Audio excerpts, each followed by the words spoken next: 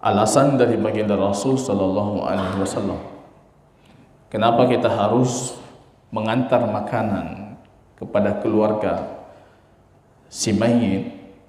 Baginda Rasul mengatakan faqad atahum ma yashghuluhum, karena mereka sekarang dalam kondisi ada hal yang membuat mereka itu sibuk. Jangan sibukkan mereka lagi dengan makanan. Jadi selesaikan masalah mereka. Kita juga menyampaikan fenomena yang hari ini kita perhatikan di masyarakat kita justru bertolak belakang dengan hadis ini. Menyibukkan keluarga si mayit dengan mempersiapkan makanan untuk pelayat. Padahal seharusnya sebaliknya. Yang namanya suatu perkara baru dalam agama ataupun kita namakan dengan bid'ah itu, kaidahnya al-bid'atu walidatun bid'atan ukhra. Kalau sudah muncul satu bid'ah, itu akan melahirkan banyak bid'ah lain di belakangnya. Paling kurang itu kaidah di bid'ah. Kalau sudah muncul satu bid'ah, padam satu sunnah. Jadi kalau kita biasakan yang membuat makanan itu keluarga si mayit, artinya anjuran mengantar makanan itu tidak akan dilakukan lagi. Ketika terjerumus ke dalam bid'ah itu akan melahirkan bid'ah-bid'ah yang lain. Ya, ini baru tahap pertama, berkumpul, membuat makanan, menyembelih, ya, mempersiapkan makanan untuk pelayat, ya, itu nanti rentetan, ya, bid'ah-bid'ah lain. Sampai ke tahap kafaratus salat, padahal kemarin di Masjid Jud Mutia kita bicara panjang lebar tentang hukum orang meninggalkan salat. Banyak dari para ulama mengkafirkan dengan satu salat secara sengaja. Dan itu mazhabnya Imam Ahmad, mazhabnya banyak para ahli hadis. Kalau Imam Syafi'i dan yang lain mengkafirkan dalam kondisi kulliyah. Kalau semuanya sudah ditinggalkan, sudah kafir. Tapi kalau dalam kondisi juz'iyah cuma 1, 2, 3 salat, ya, artinya bukan semua salat, itu pelaku dosa besar.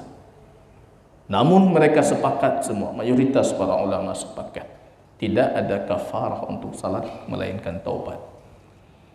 Satu salat keluar dari waktu, nggak perlu anda salat lagi.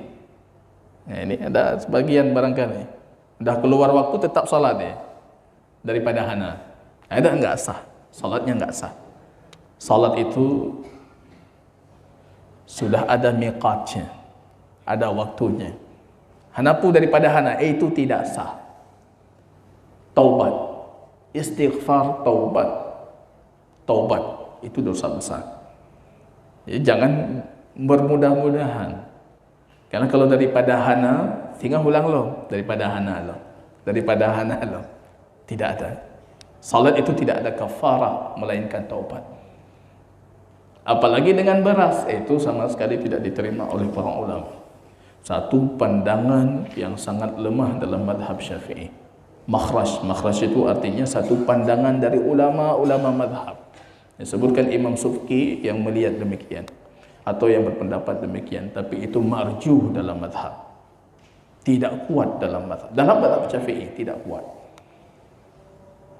Tapi itu yang mayoritas hari ini diamalkan. Di Aceh dan di tempat lain. Di tempat lain juga demikian. Padahal yang rajih dalam madhab, kalau berpegang teguh dengan madhab Syafi'i, tidak ada kafar. Caranya cuma satu, taubat. Kalau sudah meninggal, sudah selesai. Sudah selesai. Kalau untuk salat, ibadah badaniyah yang tidak bisa digantikan oleh orang lain. Itu ada dialog masyhur pernah dinukilkan oleh Imam Subki. Dialog antara Imam Ahmad dengan Imam Syafi'i.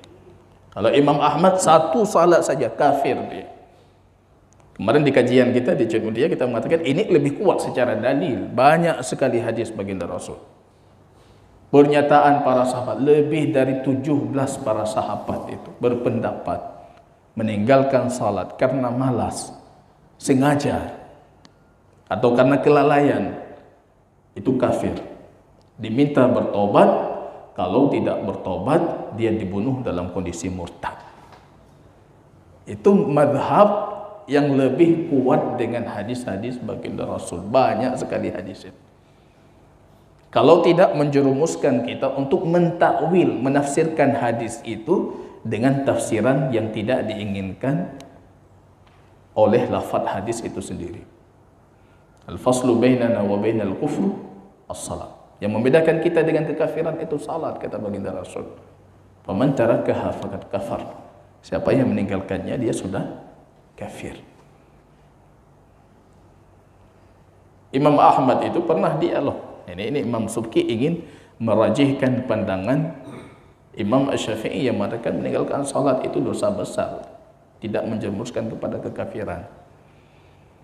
Suatu ketika Imam Syafi'i bertanya kepada Imam Ahmad, "Ya Ahmad, ataqulu fi tariki salah kufran?"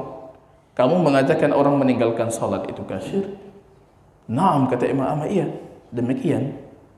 Berdasarkan hadis-hadis baginda Rasul. Imam Syafi'i kemudian bertanya, bagaimana orang meninggalkan salat itu kalau mau masuk Islam kembali? Imam Ahmad mengatakan mengucapkan 2 kalimat syahadah, la ilaha illallah Muhammad Rasulullah. Imam Syafi'i mengatakan dia selalu mengucapkan itu, tapi yang tidak dia lakukan cuma meninggalkan salat. Kata Imam Ahmad, salat lagi. Kalau salat dia sudah muslim kembali. Anda mengatakan kafir, salat orang kafir tidak diterima. Akhirnya terdiam Imam Ahmad. Cuma dialog ini nukilan Imam Subki. Imam Subki dengan Imam Syafi'i itu sudah ratusan tahun. Sedangkan dialog ini tidak bersanad. Seolah-olah dalam dialog itu Ahmad kalah dengan Imam Syafi'i. Padahal dialog itu sendiri dipertanyakan, itu benar adanya ataupun hasil karangan itu. Dan jelas hadis baginda Rasul jelas sekali, tegas. Tidak ada kafarat untuk salat. Kalau dibuka ini, nanti melahirkan lain macam-macam. Nah, jadi sampai kita, masya Allah, ya, sudah seperti di agama orang lain. Gitu. Dosa itu bisa ditebuskan.